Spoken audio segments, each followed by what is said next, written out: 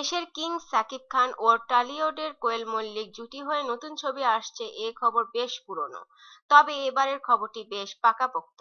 আগামী 16 মার্চ ছবির শুটিং শুরু হবে। দুই বাংলার এই জুটির ছবি নিয়ে দর্শকদের সামনে হাজির হচ্ছেন কলকাতার পরিচালক রাজীব বিশ্বাস।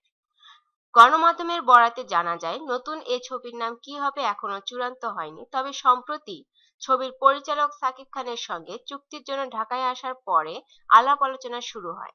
এখন শুধু সাকিব ভক্তরা অপেক্ষা করছে কবে দেখবে এ ছবি। গণমাধ্যমকে সাকিব খান বলেন, ভক্তদের জন্য সুখবর, আশা করি শিগগির কোয়েল মল্লিকের সাথে আমার চলচ্চিত্র দেখতে পাবে। এ ছবিতে দুজন নায়িকা আছে, একজন কলকাতার সায়ন্তিকা ব্যানার্জি, অন্যজনের ব্যাপারে কথাবার্তা চলছে। এ ব্যাপারে কোয়েল মল্লিকের সাথে আলোচনা চলছে। ঢালিউডের এই সুপারস্টার জানান, নতুন এ ছবিটির প্রডিউসার ওপার বাংলা শ্রী ভেঙ্কটেশ ফিল্মস। এটি চলতি মাসের 16 মার্চ ছবিটির শুটিং শুরু হবে।